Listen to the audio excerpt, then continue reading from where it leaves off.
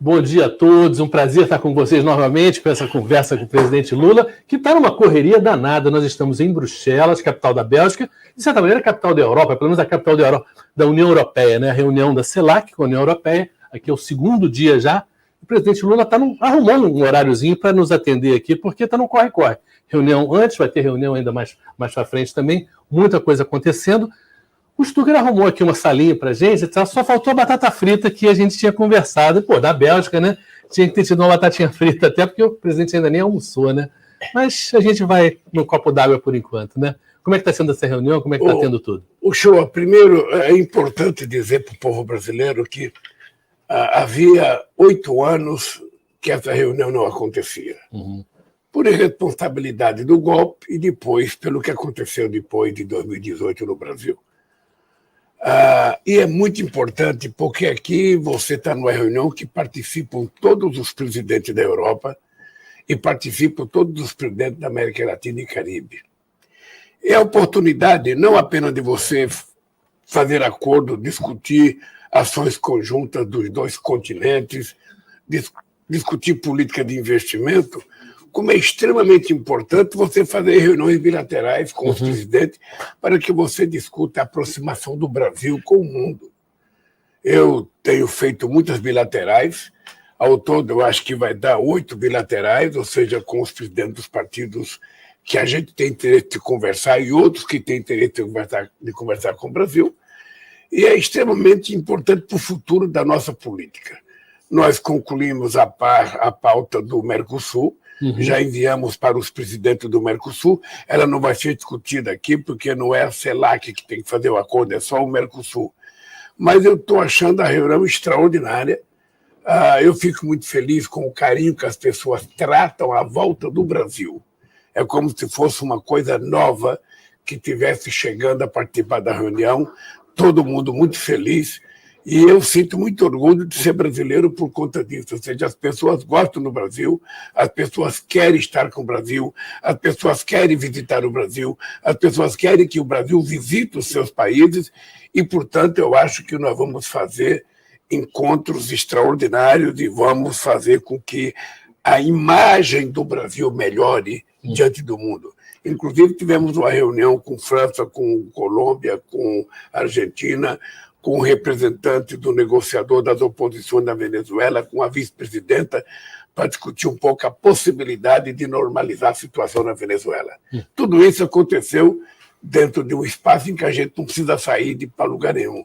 Já visitei o rei da Bélgica, o rei belga, já visitei o primeiro-ministro, ou seja, é uma coisa extraordinária. Uma curiosidade para dizer para o povo brasileiro, que eu sempre falo é o seguinte: eu visitei o rei da Bélgica e eu lembrei que o primeiro rei a visitar o Brasil foi o rei belga, em 1920. Sim, porque ele foi o primeiro rei a reconhecer o Brasil, a independência do Brasil. E ele foi ao Brasil para receber um título de doutor honoris causa, por isso que foi criada a Universidade do Brasil. A gente não tinha universidade, juntou várias faculdades que a gente tinha, criou a Universidade do Brasil para dar um título para o rei belga. Então, eu tive com o rei, não aquele, o avô desse aqui, e foi muito importante a vontade que ele está de conhecer o Brasil, de voltar a visitar o Brasil. Então, eu acho que é uma reunião muito produtiva para o futuro das relações internacionais do Brasil. Agora, parte dessas reuniões bilaterais, elas, é claro, o Brasil é enorme, é o maior país em termos de território, em termos de população também dessa reunião, são 60 países, né? Agora, parte também é o que o senhor fala, que é aquela relação pessoal. Você conhecer o líder de um país, olhar, conversar, olho no olho, que isso faz muita diferença na política e nas relações de países, mas também vira uma coisa pessoal também? Faz a diferença. Faz a diferença porque a relação humana é uma relação química. Você tem que tocar na pessoa, você tem que sentir a pessoa, você tem que olhar na cara da pessoa. E o Brasil, que já era importante, o Brasil agora, com a questão, sabe, da transição energética que o mundo está atravessando, o Brasil está virando mais importante ainda porque todo mundo está de olho na Amazônia. E agora que nós decidimos fazer uma reunião entre os países amazônicos, dia 8 e 9 de agosto, em Belém do Pará, todos os países da América do Sul que têm território amazônico vão participar.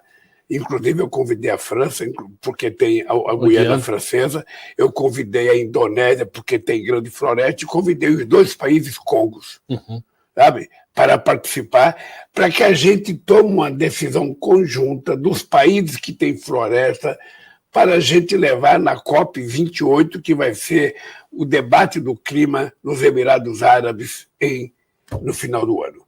Então, é extremamente importante o carinho e a preocupação que as pessoas têm com o Brasil. Eu tenho dito que a gente não quer transformar a Amazônia num santuário da humanidade. A Amazônia é um território do qual o Brasil tem poder soberano sobre ele, mas o que a gente quer compartilhar é a exploração científica da riqueza da biodiversidade para saber se dali a gente pode extrair produtos fármacos, se a gente pode trazer coisa para fazer indústria de cosméticos, mas, sobretudo, para a gente tentar pesquisar como melhorar a vida do povo que mora na selva. Como é que a gente pode melhorar a vida dos indígenas, a vida dos pescadores, a vida dos ribeirinhos, a vida dos extrativistas e a vida do conjunto da sociedade na Amazônia da América do Sul, que são 50 milhões de pessoas, e na Amazônia brasileira, que são 28 milhões de pessoas. Nós precisamos pensar em cuidar da floresta, mas temos que pensar em cuidar do povo, porque o povo é que faz a nossa nação. Essa reunião de Belém, quando se fala dessa reunião aqui para os outros países, porque as florestas são um bem da humanidade que foi sendo destruído em todo. Aqui na Bélgica tinha floresta, em tudo quanto é lugar tinha floresta, e essas florestas foram acabando. Hoje é um patrimônio de poucos países, florestas realmente muito grandes. A gente pode transformar essas florestas num bem para a humanidade, uma humanidade reconhecer isso como se fosse petróleo, como se fosse um minério, como se fosse algo assim, é uma reserva de algo muito especial? Pode e devemos fazer isso. Aliás, a humanidade toda precisa levar em conta que cada gesto nosso daqui para frente, cada atitude nossa, ela pode melhorar ou piorar a situação do planeta. De todos. Todo mundo já percebeu que há mudança de clima. Todo mundo já percebeu que está esquentando o clima. Todo mundo já percebeu que está chovendo muito em lugar que não chovia, que tem seca onde chovia bastante. Todo mundo está percebendo furacão. Todo mundo está percebendo uma série de coisas, sabe, desastres, incêndios que está acontecendo. Então, todos nós temos responsabilidade.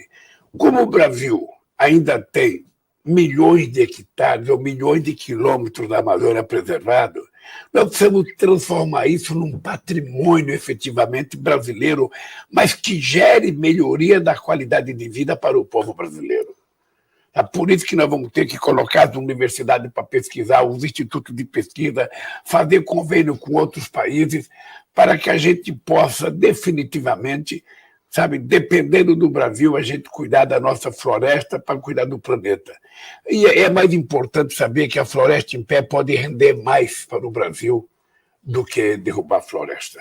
Nós temos 30, 40 milhões de hectares de pastos degradados que pode ser recuperado para plantar o que quiser, sem precisar derrubar uma única árvore. Nós temos que dizer para as pessoas que cortam madeira para fazer móveis que quem quiser cortar madeira para fazer móveis, plante.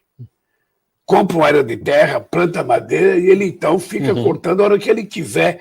Mas aquilo que a natureza nos deu é de todo mundo. Ninguém tem o direito de cortar uma árvore que tem 300 anos. Não é tão renovável assim. Um mogno com 250 anos, 300 anos, para que cortar? Aquilo é um patrimônio da humanidade.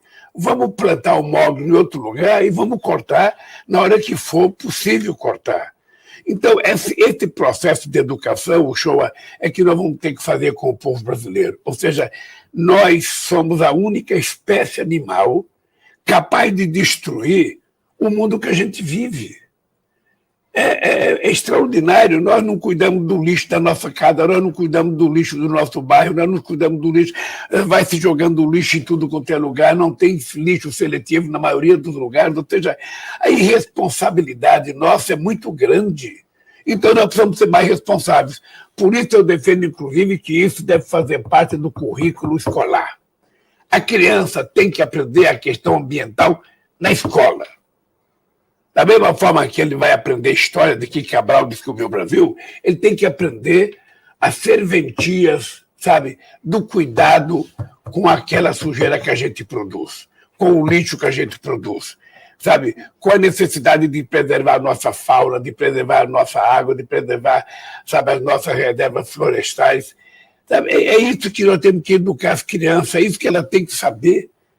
E nós precisamos, então, a partir daí, começar a saber o mundo que a gente quer criar para o futuro tem que ter a participação do povo brasileiro desde a criança. A criança, numa creche, ela já tem que aprender para ensinar a mãe. Ela tem que dizer para a mãe, não jogue tal coisa no lixo, não faça assim, sabe? Porque assim a gente vai ter um mundo muito melhor e todo mundo vai conseguir viver bem. E eu acho que o Brasil tem uma chance excepcional. Nunca antes na história do Brasil eu vi o Brasil com a oportunidade que ele tem de conquistar aliados, conquistar espaço, conquistar investimento, sobretudo nessa questão da transição energética, energia eólica, energia solar, biomassa, etanol, biodiesel, e agora com hidrogênio verde. A chance do Brasil é extraordinária e eu acho que a gente não pode jogar fora essa oportunidade.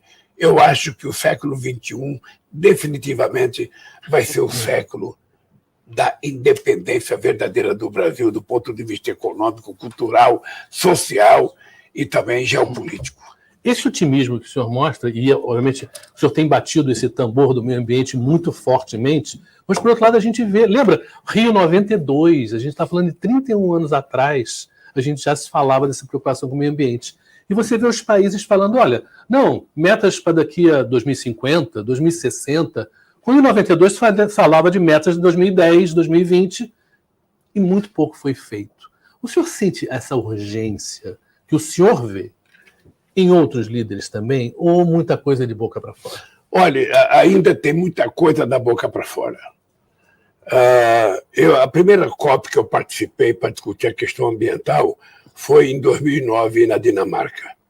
Naquela COP havia uma comunhão de interesse dos países ricos para culpar a China pela poluição do mundo.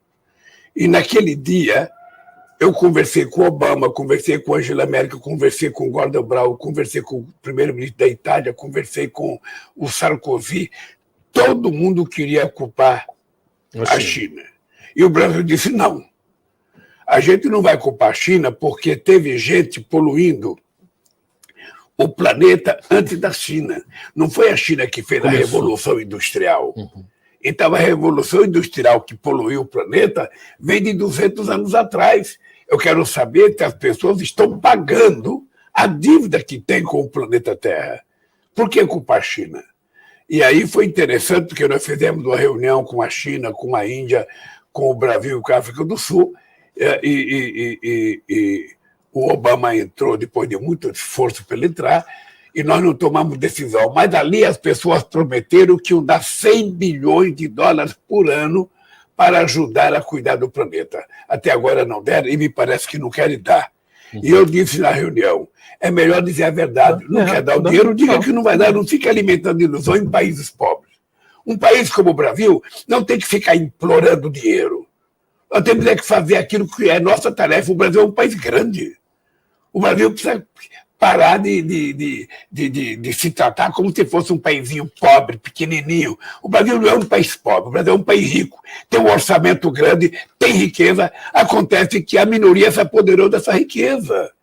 Então nós temos que tomar decisões. Colocar dinheiro para preservar a Amazônia é uma obrigação nossa. Obviamente que se o mundo tem interesse, pode nos ajudar. Mas não apenas o Brasil, outros países pequenos. Nós temos um monte de ilhas que podem ir para baixo d'água se houver, sabe, um esquentamento do planeta e o mar aumentar de volume. Então é preciso que a gente cuide disso. Eu estou convencido que nós estamos vivendo esse momento de ouro. Eu sou otimista, acho que o mundo está muito otimista, está tendo um discurso novo na União Europeia que é importante as pessoas prestarem atenção. Na União Europeia agora, o discurso da moda é o seguinte: os países que têm materiais críticos, ou minérios, por exemplo, urânio, lítio, mesmo que tem minério de ferro, que tem bauxita, que tem, sabe? Eles estão agora com o seguinte discurso: esses países não podem exportar minério. Eles precisam fazer a transformação no seu país para poder ter indústria, para poder gerar emprego, para poder melhorar, sabe, a capacidade de rentabilidade do país. Então, agora, qual é o nosso discurso para a União Europeia? Então, agora nós queremos que vocês financiem a construção das fábricas que nós precisamos para fazer esse processo de transformação. Eu achei uma evolução no discurso. Porque antes, você pega no caso do Brasil, as empresas tiram minério e exportam, tira minério e exporta, tira minério e exporta e deixa o buraco lá. Agora não, eles estão dizendo, não, ao invés de exportar só, faça a indústria lá, faça uma siderúrgica, para você fazer emprego acontecer no seu país. Esse é um discurso novo na União Europeia, que eu acho que o mundo precisa aproveitar para que os países pobres ou os países em desenvolvimento que têm minérios possam se desenvolver. Bom, isso, de certa maneira, a gente está vendo no meio ambiente uma certa enrolação. E vamos um pouquinho para o Brasil, porque ontem começou um programa do governo, Desenrola, que é um programa, eu acho que é um alívio, né, para muitos milhões de brasileiros, né? Inclusive para o pessoal já de classe média, gente que ganha até R$20 mil, que tem dívida aí de 2019 a 2022, que já pode ir diretamente nos bancos para poder já negociar essa dívida. É muito importante, eu acho que para a pessoa a sensação de que, olha, não devo nada, né? É um alívio, você dorme melhor, né? De certa maneira. Você, por acaso, já teve no Serasa? Não.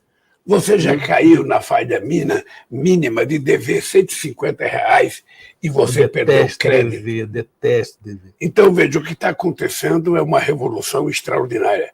Eu até brinquei com o Haddad, eu falei, Haddad, se isso der certo como você está dizendo,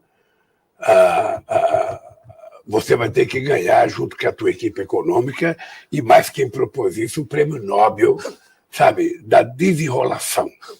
Porque é o seguinte, está começando assim, todo mundo que tem uma pequena dívida de R$100, esse já vai ser, fácil, sabe, facilmente os bancos já vão inventar, ele já não vai dever mais nada, já vai sair do Serasa. Quem tem até R$20 mil, quem ganha até R$20 mil por mês, já pode negociar a sua dívida com os bancos. Ontem houve uma grande procura nos bancos e teve banco anunciando redução de 96% na dívida. Fantástico. Tá? E depois vai ter o seguinte, depois quando chegar em setembro vai entrar o aplicativo das pessoas que devem no varejo, da pessoa que deve ir para a loja. Então, vai ser a mesma coisa, os bancos vão ter que oferecer, o cara vai entrar lá no aplicativo e os bancos vão oferecer desconto. Eu acho que vai ser uma coisa excepcional. Se der certo isso, a gente vai salvar, no mínimo, 72% da população brasileira que está endividada e vai permitir que essa gente possa voltar ao mercado de consumo, porque todo mundo sempre tem uma coisinha para comprar. Sim. E agora que vai se aproximando o fim do ano, Dia da Criança, não sei das contas, ou seja, é muito importante que as pessoas estejam libertas das suas pequenas dívidas, para fazer outra dívida sempre de forma muito responsável. Ninguém pode gastar o que não tem. Se quiser fazer uma dívida, você tem que saber se ela cabe dentro do seu orçamento. Se ela couber, você faça. Depois que você pagar uma, você faz outra, para não ficar sufocado no Serasa, como tem muita gente hoje no Brasil. Você se lembra, na tua juventude, de ter dívida, do incômodo que era essa coisa de dever, ou você evitava isso? Deixa eu te dizer uma coisa. Eu tenho uma coisa que eu tenho certeza e convicção. Quando você deve para um banco, você não passa perto do banco. Mas você vai para o Serasa, se você não tiver mais crédito. Sim. Mas antigamente a gente comprava por caderneta. E quando a gente devia R$50, R$30, R$20, R$100, a gente não tinha nem coragem de passar na frente do bar, da padaria, do supermercado que a gente comprava, porque pobre não gosta de dever. Pobre gosta de pagar aquilo que ele deve. Por isso que está havendo uma grande procura para tentar resolver o problema da dívida, porque todo mundo quer andar de cara limpa.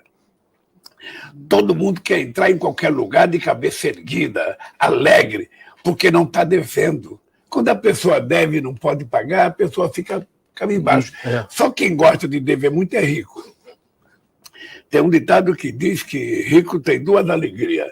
Uma quando toma dinheiro emprestado e a outra quando não paga. Sabe? O pobre tem duas tristezas. Ele não pode tomar dinheiro emprestado, quando ele toma, ele não pode pagar. Então, sabe? Mas eu acho que esse programa Desenrola vai ajudar o povo brasileiro. Eu tenho fé em Deus que, se der certo, nessa primeira fase, quando chegar o aplicativo do varejo em setembro, eu acho que nós vamos libertar milhões de brasileiros que vão poder voltar ao consumo livremente, alegre, sorrindo, podendo comprar aquela coisinha que eles foram comprar.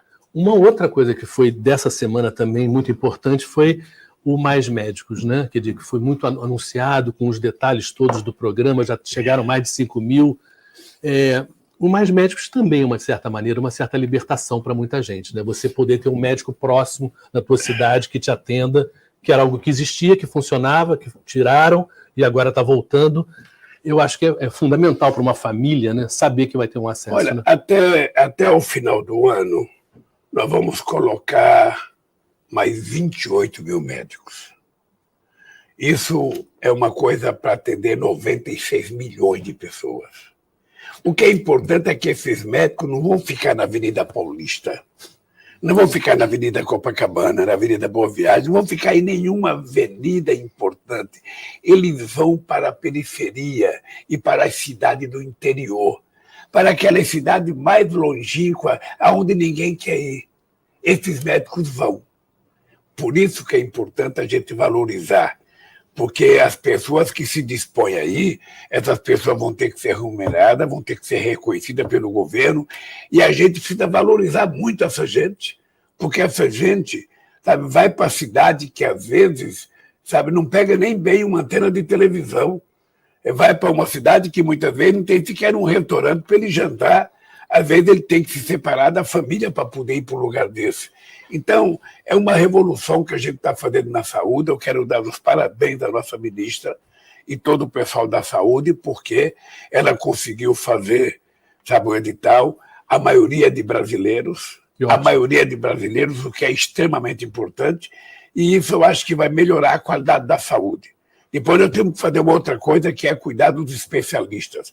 Nós precisamos fazer um convênio com todos os especialistas para que uma pessoa, quando vai ao médico, que ele detecta que você tem uma especialidade, um ortopedista, um oftalmologista, um dermatologista, qualquer coisa, sabe, você possa ir por conta do SUS. Para isso, a gente vai ter que arrecadar um pouco mais de recursos para o SUS, porque o SUS virou uma coisa muito respeitada depois da pandemia. Quando todo mundo pensava que o mundo ia acabar, apareceu o SUS e fez uma revolução de coragem, de competência, sabe, no tratamento do povo brasileiro. Se não fosse o SUS, teria morrido muito mais gente. Eu sou eternamente grato ao pessoal que trabalha no SUS pela qualidade. E essa gente toda vai contribuir com essa política do Mais Médicos, que vai ser uma coisa extraordinária para o nosso povo. O senhor se lembra o antes do SUS? Quando o senhor era jovem, quando o senhor era menino, o que era ir um médico, a dificuldade que eram muito menos hospitais, muito mais dificuldade para o pobre ter acesso ao médico? Era muito difícil, ou seja, muita gente morria sem conseguir chegar ao médico. Às vezes você era no médico, ele dava uma receita, você morria sem poder comprar um remédio. E muitas vezes ainda hoje a pessoa morre sem conseguir chegar no especialista. Você vai no médico e fala, você tem um problema no coração, procura um cardiologista. Aí você vai marcar 9 meses. O coração não espera 9 meses, ou seja, então, essas coisas nós vamos ter que aperfeiçoar. As coisas melhoraram muito. A criação do SUS na Constituição de 88 foi uma revolução. É uma coisa que você tem que dizer para o povo todo santo dia. Não tem nenhum país do mundo com mais de 100 milhões de habitantes que tenha um sistema único de saúde como o SUS. Ele não é perfeito porque ele tem que atender todo mundo, mas ele atende mais do que qualquer outro país do mundo. Ou seja, nos Estados Unidos, vá procurar o médico para você ver quanto você tem que pagar.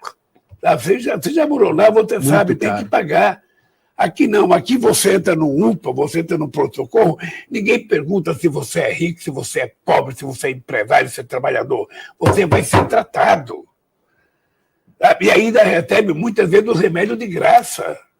Tem 18 vacinas. É isso, você tem um monte de coisa. Agora o Farmácia Popular vai ter uma série de remédios gratuitos para o povo. Tem poucos lugares do mundo que faz como o Brasil faz. Então o que nós precisamos é aperfeiçoar esse sistema que é extraordinário e que é, sabe, motivo de orgulho do nosso Brasil. Outras duas coisas importantes dessa semana também, que foi a valorização da ciência, né? A gente passou por um momento ali que tinha gente anti-vacina, anti-ciência, como se a gente não tivesse aqui exatamente falando com o Brasil usando o que é a ciência, né? A internet, a câmera, a eletricidade, tudo isso é ciência. Essa valorização da ciência também é uma coisa que foi muito enfatizada aqui pelo senhor na semana passada, né? Veja, quando eu deixei a presidência em 2010, nós fizemos um congresso para discutir a questão da ciência, que participaram todas as entidades de ciência do Brasil. E naquela época nós fomos muito elogiados porque nós conseguimos fazer um PAC de 41 bilhões de reais, envolvendo vários ministérios, e esse dinheiro foi aplicado cada centavo, porque nós contratamos, sabe o quê? Nós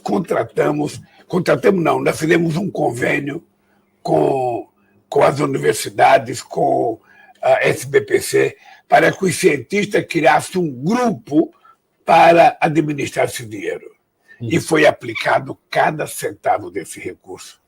Por isso, a nossa alegria, sabe, de fazer investimento, voltar a pagar a bolsa, voltar a investir em mestrado, voltar a investir em pesquisa, voltar a investir nas universidades brasileiras, porque não há país que consiga se desenvolver sem que a gente faça investimento em pesquisa. E voltando, essa é uma notícia agora, a célula-tronco, que é uma das revoluções da medicina, né, em relação à cura de várias doenças que estão... O Brasil é o terceiro país que mais faz pesquisa de célula-tronco, só para os Estados Unidos e Canadá. Quer dizer, já é uma realidade, quer dizer, há uma qualidade muito boa da ciência brasileira e é uma coisa que, claro, que bem gerida, bem regada, né, isso pode dar frutos muito importantes. Né? Foi uma pena que nesses últimos 6 anos a ciência ficou sem receber nenhum recurso do governo, não havia dinheiro para investimento e nós agora retomamos tudo.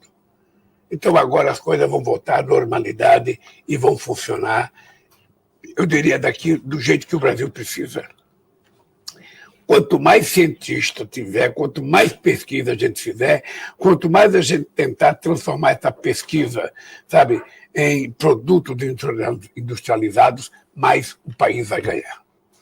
Presidente, na área de cultura, teve uma das coisas assim, extraordinárias que foi nesse programa que o senhor, inclusive, pediu para os municípios todos apresentassem projetos, que era até 16 de julho, que era para a Lei Paulo Gustavo. Né? 98%, né, dos municípios apresentaram projetos, tem sido um sucesso. Né? E nunca se investiu tanto em cultura. Né? Olha, eu acho que, primeiro, tinham extinguido o Ministério da Cultura. O Ministério da Cultura não existia mais. Ou seja, nós recriamos o Ministério da Cultura, além de colocar dinheiro no orçamento, nós tivemos 2 leis importantes. A Lei Paulo Gustavo, que é quase 4 bilhões de reais, e a Lei Aldir Blanc, que é outros quase 4 bilhões de reais. Esse dinheiro vão ser distribuído para a atividade cultural no Brasil. Quando a Margarete Menezes, ministra da Cultura, me ligou, dizendo que 98% dos municípios se inscreveram para receber verba, significa que a cultura voltou e voltou com força total. Significa que as coisas vão voltar a funcionar e agora vai entrar a Lei Aldir Blanc. Além disso, nós queremos criar na cultura os comitês culturais em cada capital do país, para que a gente valorize a cultura local, para que a gente, sabe, saia do eixo Rio-São Paulo, que é muito importante do ponto de vista da quantidade de artistas, da produção cultural, mas a gente precisa fazer cultura no Brasil inteiro. E é isso que estimula a gente a fazer esses investimentos, é isso que estimula a gente a criar os comitês culturais, e é isso que vai fazer com que a cultura vai ser um valor importante. É preciso pensar a cultura também do ponto de vista econômico, também do ponto de vista financeiro. Quantos empregos gera a cultura, quantos salários gera a cultura. Qualquer peça de teatro não é só o artista que está lá Sim, São um monte de gente trabalhando. Qualquer programa de televisão, não é só o cara que está entrevistando, tem dezenas de pessoas trabalhando para poder dar certo. Então, a atividade cultural é uma atividade muito forte economicamente. Quem fala que quando o governo coloca dinheiro na cultura, o governo está gastando, é um bobão, é um mentiroso, é um ignorante. Porque dinheiro e cultura significa investimento, geração de emprego, geração de oportunidades e distribuição de riqueza. É isso que é cultura. É lei de levar conhecimento, levar política para a cabeça do povo, levar, divertimento para a cabeça do povo. Isso que é extraordinário. Quem não gosta disso, quem não acredita nisso, tem gente que acha que artista atrapalha. Você tem gente que acha que artista atrapalha porque só gasta dinheiro, porque está beijando o outro, porque está no tempo das contas o outro. Para de ser ignorante. Arte é arte. E a gente tem que gostar dela como ela é. Não é a gente que é dona. Aquilo que os artistas fazem, aquilo que eles conseguem produzir, o trabalho que eles fazem, às vezes o sacrifício que eles fazem, merece ser motivo de respeito do povo brasileiro. Portanto, viva a cultura. Presidente, a gente está encerrando aqui, mas uma das coisas que o senhor fez semana passada foi ir no Congresso da UNE, né? E a UNE, eu queria que você contasse a sua história, porque o senhor entrou na política pelo lado do trabalho, pelo lado do sindicato. Mas muita gente entra pelo lado do estudo também, e a UNE, né, a União Nacional de Estudantes, tem uma história linda no Brasil, é muito importante, tem tido presidentas mulheres, né, recentemente. E essa coisa do jovem também tem sido uma preocupação muito grande do senhor, do jovem se preocupar com política, se interessar por política, afinal de contas, o mundo é política, né? Ô, Shoa, foi interessante porque o primeiro congresso da UNE que foi em 1976, quando a UNE voltou à atividade. A UNE estava na clandestinidade e ela voltou. Tinha sido eleito um presidente novo, que era um companheiro, o Rui, que era um baiano, e eu fui no Congresso de Piracicaba. Depois eu sou o único presidente que fui no Congresso da UNE. Eu fui no Congresso da UNE em 2009, depois eu fui sem ser presidente, acho que em 2012, e voltei agora em 2023. Os presidentes não gostam de participar do Congresso da UNE, porque eles têm medo de vaia, têm medo de protesto, têm medo de reivindicação. E é engraçado porque você fala que a juventude é o futuro da nação e quando você tem a oportunidade de conversar com ela, você não vai. Então eu vou, sempre que for convidado eu vou, sempre que eu puder participar eu vou, porque nós precisamos falar muito para essa juventude. Essa juventude sonha, essa juventude tem esperança, e essa juventude quer acreditar em alguma coisa melhor, em alguma coisa que lhe dê perspectiva de futuro. Ele quer ter uma oportunidade. É por isso que nós temos que conversar com a juventude. E o Congresso da UNE é um espaço extraordinário, porque a União Nacional dos Estudantes tem muito a ver com a conquista da democracia no país, tem muito a ver com o combate à ditadura militar e tem muito a ver com o futuro desse país. Se você quiser falar de futuro, você tem que falar da UNE e dos estudantes. Por isso que eu fiquei muito feliz de ir ao Congresso da UNE. Bom, presidente, muito obrigado por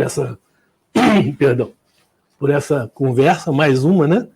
Aqui de Bruxelas, o senhor ainda tem muitos encontros agora à tarde, e, enfim, e amanhã a gente tem uma coletiva, e depois eu volto para o Brasil, muita coisa ainda para rolar. Agora, o desenrola foi muito bom, né? Eu ainda tenho que ter uma reunião hoje à tarde com a primeira-ministra da Dinamarca, eu vou ter que ter uma reunião ainda com o chanceler da Alemanha, tenho encontro ainda com o primeiro-ministro de Portugal, e depois nós vamos nos preparar para ir embora amanhã. Amanhã eu vou embora e eu vou passar em Cabo Verde, porque tem que passar, porque o avião não chega diretamente ao Brasil, e vou aproveitar para passar em Praia, que é a capital de Cabo Verde, para conversar um pouco com o presidente de Cabo Verde, e depois eu regresso ao Brasil para desenrolar os problemas do Brasil. Valeu, presidente. Obrigado. Um abraço, Shoa. Até semana que vem. Obrigado por vocês estarem assistindo a gente, ou nos canais do YouTube, nas rádios, enfim, todos os meios de comunicação que reproduzem esse programa. Quando você puder ver em casa também é muito importante, tá? Até terça-feira que vem.